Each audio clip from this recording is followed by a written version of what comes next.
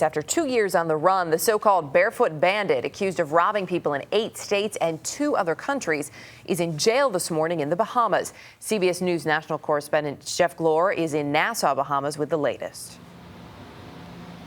Hey, Erica, good morning to you. Yeah, it seems almost too bizarre to be true what's happened the past 2 years here. And now it ends in typically high Hollywood style with a short, high-speed boat chase. And now Colton Harris-Moore, as you mentioned, is in custody right here in Nassau. Colton Harris-Moore was captured wearing shorts, a T-shirt, and yes, he was barefoot. The Barefoot Bandit was transported to Nassau after being nabbed on the Bahamian island of North Eleuthera. Acting on information received from members of the public, the police responded to a sighting of the suspect in Harbour Island. Authorities believe Harris-Moore's been here since last Tuesday, when he apparently crash-landed a plane that he'd stolen from Indiana, flying it more than 1,000 miles with no formal flight training.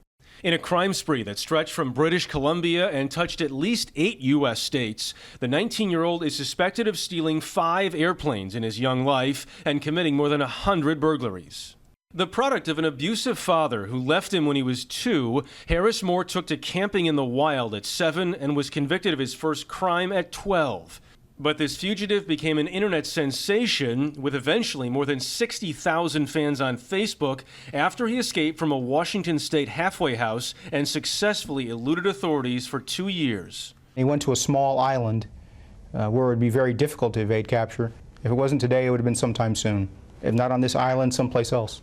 The end of Harris-Moore's time on the lam came here in the Bahamas, where he'd apparently broken into at least 7 residences in less than a week. In the final pursuit, police say they had to shoot out the motor on his boat to corral him. Near Seattle, residents of Harris-Moore's hometown expressed relief that the Barefoot Bandit was finally behind bars. I think he's really smart, but I think more so than anything, people give him too much credit. I think he's just gotten extremely lucky, and his luck finally ran out, obviously.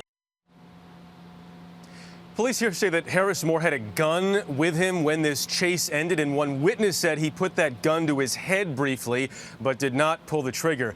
Now the tricky question comes is, where will he be prosecuted first? Today is a national holiday in the Bahamas. Still, police here have scheduled a late morning news conference. Erica? Jeff Glor in Nassau this morning. Jeff, thanks. A lot happens early on The Early Show, weekday mornings on CBS.